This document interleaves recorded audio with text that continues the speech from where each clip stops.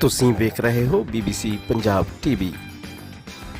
ਮੋਗਾ ਦੇ ਵਿਧਾਇਕ ਹਰਜੋਤ ਕਮਲ ਵੱਲੋਂ ਰਾਸ਼ਟਰੀ ਮਾਰਗ 105 ਦੇ ਮੁੱਦੇ ਨੂੰ ਲੈ ਕੇ ਵਿਰੋਧੀ ਧਿਰ ਦੇ ਨੇਤਾ ਹਰਪਾਲ ਚੀਮਾ ਨੂੰ ਕਾਨੂੰਨੀ ਨੋਟਿਸ ਭੇਜਿਆ ਗਿਆ। ਹਰਜੋਤ ਕਮਲ ਨੇ ਕਿਹਾ ਹੈ ਕਿ ਹਰਪਾਲ ਚੀਮਾ ਨੇ ਉਹਨਾਂ ਦਾ ਅਕਸ ਖਰਾਬ ਕੀਤਾ ਹੈ, ਜਿਸ ਕਾਰਨ ਉਹਨਾਂ ਨੂੰ ਮਾਫੀ ਮੰਗਣੀ ਚਾਹੀਦੀ ਹੈ। ਸੜਕ ਦਾ ਛੋਟਾ ਜਿਹਾ ਟੋਟਾ ਸੀਗਾ ਔਰ ਉਹਦੇ ਤੇ ਸਾਡੇ ਜਿਹੜੇ ਲੀਡਰ ਆਫ ਆਪੋਜੀਸ਼ਨ ਹੈਗੇ ਨੇ ਹਰਪਾਲ ਚੀਮਾ ਜੀ, ਉਹਨਾਂ ਨੇ ਬਹੁਤ ਵੱਡੀ ਇੱਕ ਪ੍ਰੈਸ ਕਾਨਫਰੰਸ ਕਰਕੇ ਉਸ ਮਸਲੇ ਨੂੰ ਇਵੇਂ ਉਭਾਰਿਆ ਜਿਵੇਂ ਉਹ ਪਤਾ ਨਹੀਂ ਕਿੱਡੀ ਜਿਹੜੀ ਦਿੱਲੀ ਤੋਂ ਜੰਮੂ ਕਟੜੇ ਵਾਲੀ ਹਾਈਵੇ ਹੋਵੇ। ਸੋ ਮੈਨੂੰ ਬੜਾ ਬੁਰਾ ਵੀ ਲੱਗਿਆ ਇਸ ਗੱਲ ਦਾ, ਔਰ ਨੈਚੁਰਲੀ ਲੱਗਣਾ ਹੀ ਹੈ ਜਦੋਂ ਕਿਸੇ ਇੱਜ਼ਤਦਾਰ ਬੰਦੇ ਦੀ ਤੁਸੀਂ ਇੱਜ਼ਤ ਤੇ ਕੋਈ ਬਵਾਲ ਉਠਾਓ।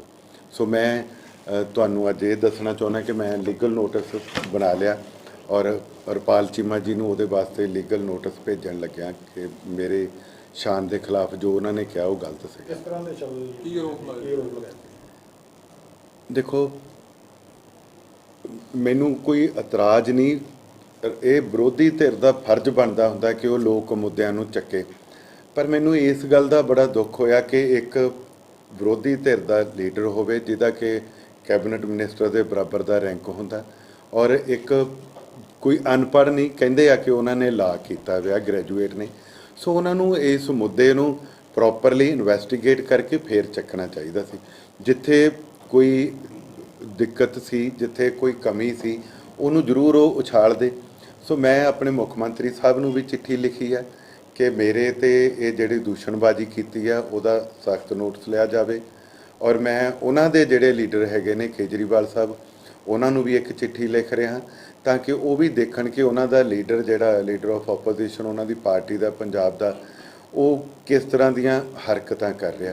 ਸੋ ਮੈਂ ਤੁਹਾਡੇ ਕੋਲੇ ਬਾਕੀ ਸਾਰੀਆਂ ਲੰਬੀਆਂ ਚੌੜੀਆਂ ਗੱਲਾਂ ਨਾਲੋਂ ਮੈਂ ਦੋ ਹੀ ਗੱਲਾਂ ਤੇ ਆ ਜਾਣਾ ਤੇ ਤੁਹਾਨੂੰ ਪਤਾ ਲੱਗ ਜੂਗਾ ਕਿ ਬਾਕੀ ਵੀ ਉਹਦੇ ਵਿੱਚ ਕਿੰਨੀ ਕੁ ਸੱਚਾਈ ਹੋਊਗੀ।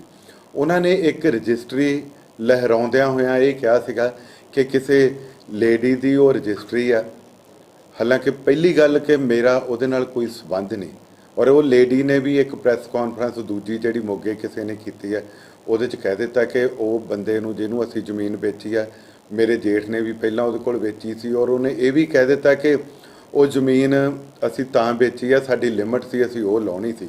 ਪਰ ਮੇਰਾ ਉਸ ਗੱਲ ਨਾਲ ਕੋਈ ਲੇਖਾ ਦੇਖਾ ਨਹੀਂ। ਮੈਂ ਤਾਂ ਇੱਕੋ ਹੀ ਗੱਲ ਕਰਨੀ ਚਾਹੁੰਦਾ ਕਿ ਉਸ ਪ੍ਰੈਸ ਕਾਨਫਰੰਸ 'ਤੇ ਮੇਰੇ ਤੇ ਦੂਸ਼ਣਬਾਜ਼ੀ ਲਾਉਂਦਿਆਂ ਨੇ 350 ਕਰੋੜ ਰੁਪਏ ਦਾ ਦੂਸ਼ਣ ਜਿਹੜਾ ਮੇਰੇ ਤੇ ਘਪਲੇ ਦਾ ਲਾਇਆ। ਉਹਦੇ ਵਿੱਚ ਹਰਪਾਲ ਚੀਮਾ ਜੀ ਨੇ ਕਿਹਾ ਕਿ ਉਸ ਲੇਡੀ ਤੋਂ ਰਜਿਸਟਰੀ ਜਿਹੜੀ ਕਰਵਾਈ ਗਈ ਹੈ 14 ਮਾਰਚ ਨੂੰ ਹੀ ਬਿਆਨਾ ਹੋਇਆ, 14 ਮਾਰਚ ਨੂੰ ਹੀ ਰਜਿਸਟਰੀ ਹੋਈ ਔਰ 14 ਮਾਰਚ ਨੂੰ ਹੀ ਇੰਤਕਾਲ ਜਿਹੜਾ ਉਹਦਾ ਦਰਜ ਕਰਾਇਆ ਗਿਆ, ਜਦ ਕਿ ਉਹਨਾਂ ਨੇ ਭੋਰਾ ਵੀ ਇਹਦੇ ਤੇ ਕੰਮ ਨਹੀਂ ਕੀਤਾ, ਕਿਉਂਕਿ 14 ਮਾਰਚ ਤੁਹਾਡੇ ਸਾਰਿਆਂ ਕੋਲ ਕੈਲੰਡਰ ਆ, ਚੈੱਕ ਕਰਕੇ ਦੇਖ ਲਓ, ਸੈਟਰਡੇ ਬਣਦਾ ਔਰ ਸ਼ਨੀਵਾਰ ਨੂੰ ਪੰਜਾਬ ਦੀ ਕੋਈ ਕਚਹਿਰੀ ਖੁੱਲ੍ਹੀ ਨਹੀਂ ਹੁੰਦੀ ਔਰ ਕੰਪਿਊਟਰ 'ਤੇ ਹੋਣ ਵਾਲੀਆਂ ਸਾਰੀਆਂ ਰਜਿਸਟਰੀਆਂ ਜਿਹੜੀਆਂ ਉਹ ਬੰਦ ਹੁੰਦੀਆਂ, ਕੋਈ ਰਜਿਸਟਰੀ ਹੋ ਹੀ ਨਹੀਂ ਸਕਦੀ। ਔਰ ਦੂਜਾ ਉਹਨਾਂ ਨੇ ਕਿਹਾ ਕਿ ਮੇਰਾ ਪਿੰਡ ਅਜੀਤਵਾਲ ਆ, ਉਹਨਾਂ ਨੇ ਕਿਹਾ ਕਿ MLA ਦੇ ਪਿੰਡ ਅਜੀਤਵਾਲ 'ਚ ਐਕਸਿਸ ਬੈਂਕ ਦੇ ਵਿੱਚ ਇਹ ਸਾਰਾ ਲੈਣ ਦੇਣ ਜਿਹੜਾ ਉਹਦੇ ਥਰੂ ਉੱਥੇ ਟ੍ਰਾਂਜੈਕਸ਼ਨ ਹੋਈ ਆ। ਪਹਿਲੀ ਗੱਲ ਤਾਂ ਉਹਨਾਂ ਨੇ ਦੋ ਵੇਰਵੇ ਕਹੇ, ਇੱਕ ਤਾਂ ਉਹ 350 ਕਰੋੜ ਰੁਪਈਆ ਕਹਿ ਰਹੇ ਆ, ਫਿਰ ਦੂਜੀ ਗੱਲ ਦੇ ਵਿੱਚ ਹੀ ਉਸੇ ਵੇਲੇ ਹੀ ਉਹ 360 ਕਰੋੜ ਕਹਿ ਦਿੱਤਾ।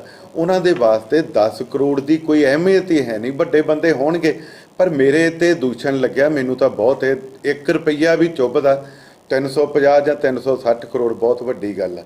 ਔਰ ਉਹਨਾਂ ਨੇ ਕਿਹਾ ਕਿ ਅਜੀਤਵਾਲ ਐਕਸਿਸ ਬੈਂਕ, 2 ਵਾਰੀ ਉਹਨਾਂ ਨੇ ਇਹ ਗੱਲ ਦੁਹਰਾਈ ਆ, ਔਰ ਮੈਂ ਤੁਹਾਨੂੰ ਸਾਰਿਆਂ ਨੂੰ ਇਹ ਦੱਸਣਾ ਚਾਹੁੰਦਾ ਕਿ ਅਜੀਤਵਾਲ ਦੇ ਵਿੱਚ ਐਕਸਿਸ ਬੈਂਕ ਦੀ ਕੋਈ ਸ਼ਾਖਾ ਹੀ ਹੈ ਨਹੀਂ।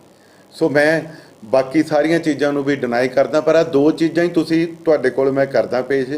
ਜੇ ਇਹ ਦੋ ਗੱਲਾਂ 'ਚ ਹੀ ਉਹ ਝੂਠੇ ਸਾਬਤ ਹੁੰਦੇ ਤਾਂ ਬਾਕੀ ਸਾਰੀ ਜਿਹੜੀ ਉਹਨਾਂ ਨੇ ਪੌਣੇ ਘੰਟੇ ਦੀ ਪ੍ਰੈਸ ਕਾਨਫਰੰਸ ਹੈ ਉਹਦੇ 'ਚ ਕਿੰਨੀਆਂ ਕੁ ਸੱਚਾਈਆਂ ਉਹ ਸਾਹਮਣੇ ਲਿਆਏ ਹੋਣਗੇ, ਖਗਾਲ ਕੇ ਲਿਆਏ ਹੋਣਗੇ, ਇਹ ਮੈਂ ਤੁਹਾਡੇ ਤੇ ਛੱਡਦਾ।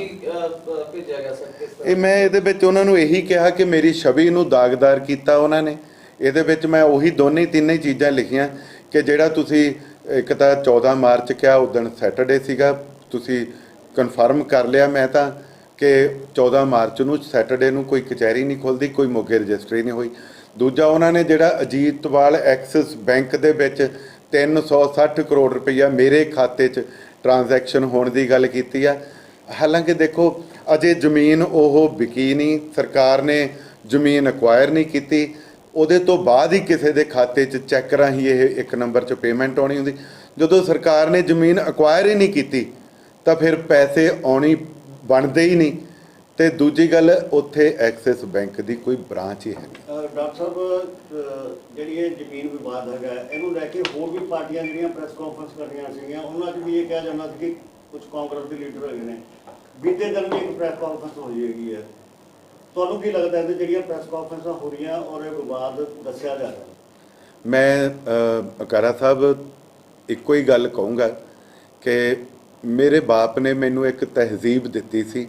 ਉਹਨਾਂ ਨੇ ਕਿਹਾ ਸੀ ਕਿ ਆਪਣੀ ਲਕੀਰ ਜੇ ਕਿਸੇ ਤੋਂ ਵੱਡੀ ਦਿਖਾਉਣੀ ਹੋਵੇ, ਕਿਸੇ ਦੀ ਮਟੇਈ ਦੀ ਨਹੀਂ ਹੁੰਦੀ, ਆਪ ਵੱਡੀ ਖਿੱਚ ਕੇ ਦਿਖਾਈ ਦੀ। ਆ ਕੋਵਿਡ ਦੇ ਦਿਨਾਂ 'ਚ, ਕਰੋਨਾ ਦੇ ਦਿਨਾਂ 'ਚ ਤੁਸੀਂ ਸਾਰੇ ਇਸ ਗੱਲ ਦੇ ਗਵਾਹ ਆ। ਅੱਧੀ ਰਾਤ ਨੂੰ ਮੈਂ ਹਸਪੀਟਲਾਂ 'ਚ ਧੱਕੇ ਖਾਂਦਾ ਰਿਹਾ। ਆਪਣੇ ਲੋਕਾਂ ਦੀ ਜਾਨ ਮਾਲ ਦੀ ਹਿਫਾਜ਼ਤ ਵਾਸਤੇ ਮੈਂ 4 ਵੈਂਟੀਲੇਟਰ ਆਪਣੇ MP ਸਾਹਿਬ ਦੇ ਫੰਡ 'ਚੋਂ ਲੈ ਕੇ ਦਿੱਤੇ ਆ। ਔਰ ਉਹ ਜਿਹੜੇ ਵੈਂਟੀਲੇਟਰ ਆ, ਜਿਹੜਾ 12 ਲੱਖ ਦਾ, ਮੈਂ ਡੈਮੋ ਮਾਡਲ 5.5 ਲੱਖ ਦਾ ਲੈ ਕੇ ਆਂਦਾ, ਔਨ ਰਿਕਾਰਡ ਪਿਆ ਇਹ। ਤੇ ਉੱਥੇ ਤਾਂ ਮੈਂ ਇੱਕ ਨਿੱਕੇ ਪੈਸੇ ਦੀ ਨਹੀਂ ਹੇਰਾਫੇਰੀ ਕੀਤੀ, ਮੈਂ ਉਹ ਵੀ 12.5 ਲੱਖ ਦਾ ਪਾ ਸਕਦਾ ਸੀ। 4 ਵੈਂਟੀਲੇਟਰ ਲਿਆਂਦੇ, 4 ਅਸੀਂ ਮੋਨੀਟਰ ਲਿਆਂਦੇ। ਸੋ ਇਹ ਲੋਕ ਜਿਹੜੇ ਉਹਨਾਂ ਦਿਨਾਂ ਦੇ ਵਿੱਚ ਦਬ ਕੇ ਡੁੱਬ ਕੇ ਹੋਏ ਘਰੇ ਲੁੱਕ ਕੇ ਬੈਠੇ ਰਹੇ ਵੀ ਸਾਨੂੰ ਕਿਤੇ ਕੋਈ ਕਰੋਨਾ ਨਾ ਤੁਰਿਆ ਫਿਰਦਾ ਡੰਗ ਮਾਰ ਜੇ, ਇਹਨਾਂ ਨੂੰ ਅੱਜ ਲੋਕ ਨਕਾਰ ਚੁੱਕੇ ਆ।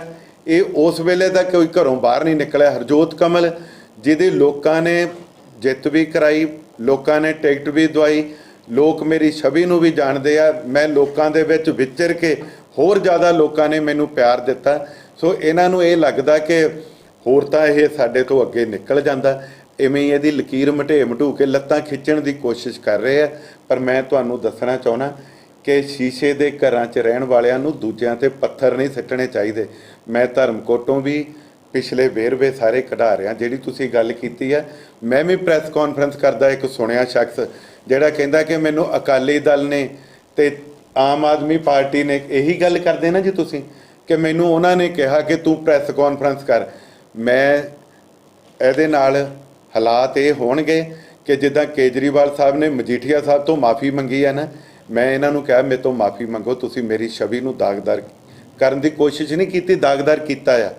ਔਰ ਮੈਂ ਉਹ ਜਿਹੜੇ ਬਾਕੀ ਸ਼੍ਰੋਮਣੀ ਅਕਾਲੀ ਦਲ ਵਾਲੇ ਜਾਂ ਉਹ ਕਹਿ ਰਿਹਾ ਕਿ ਆਮ ਆਦਮੀ ਪਾਰਟੀ ਨੇ ਮੈਨੂੰ ਉਕਸਾ ਕੇ ਮੇਰੇ ਤੋਂ ਪ੍ਰੈਸ ਕਾਨਫਰੰਸ ਕਰਾਈ, ਉਹਨੂੰ ਵੀ ਕਹਿਣਾ ਚਾਹੁੰਦਾ ਕਿ ਇੱਥੇ ਹਰਜੋਤ ਕਮਲ ਨੂੰ ਵੀ ਬਹੁਤ ਕੁਝ ਪਤਾ। ਮੈਂ ਗੰਦੀ ਸਿਆਸਤ ਨਹੀਂ ਕਰਦਾ, ਮੈਂ ਕਿਸੇ ਤੇ ਦੂਸ਼ਣਬਾਜ਼ੀਆਂ ਨਹੀਂ ਕਰਦਾ, ਮੈਂ ਆਪ ਦੀ ਲਕੀਰ ਵੱਡੀ ਖਿੱਚਣ ਦੇ ਵਿੱਚ ਹਮੇਸ਼ਾ ਹੀ ਵਿਸ਼ਵਾਸ ਰੱਖਦਾ, ਕਿਸੇ ਦੀਆਂ ਮਟੇਣ 'ਚ ਨਹੀਂ। ਪਰ ਜੇ ਮੈਂ ਵੀ ਉਹਨਾਂ ਗੱਲਾਂ ਤੇ ਆ ਗਿਆ ਤਾਂ ਇਹ ਲੋਕ ਬਖਸ਼ੇ ਨਹੀਂ ਜਾਣੇ। ਸੋ ਅੱਜ ਮੈਂ ਇੰਨਾ ਹੀ ਕਹਿਣਾ ਚਾਹੁੰਦਾ ਸੀ ਕਿ ਉਹ ਲੋਕ ਜਿਨ੍ਹਾਂ ਨੇ ਮੇਰੇ ਤੇ ਦੂਸ਼ਣਬਾਜ਼ੀ ਕੀਤੀ ਆ, ਮੈਂ ਦੋਨੀ ਸੱਚਾਈਆਂ ਤੁਹਾਨੂੰ ਦੱਸੀਆਂ। ਐਕਸਿਸ ਬੈਂਕ ਹੀ ਉੱਥੇ ਹੈ ਨਹੀਂ, ਉਦਣ ਸ਼ਨੀਵਾਰ ਸੀ। ਇਹਦੇ ਤੋਂ ਬਿਨਾਂ ਬਾਕੀ ਜਦੋਂ ਮਰਜ਼ੀ ਤੇ ਜਿੱਥੇ ਮਰਜ਼ੀ ਤਫਤੀਸ਼ ਕਰ ਲੈਣ। ਹਰਜੋਤ ਕਮਲ ਦਾ ਇੱਕ ਵੀ ਖਾਤੇ 'ਚ 1 ਰੁਪਈਏ ਦਾ ਵੀ ਲੈਣ ਦੇਣ ਨਿਕਲ ਆਵੇ ਫਿਰ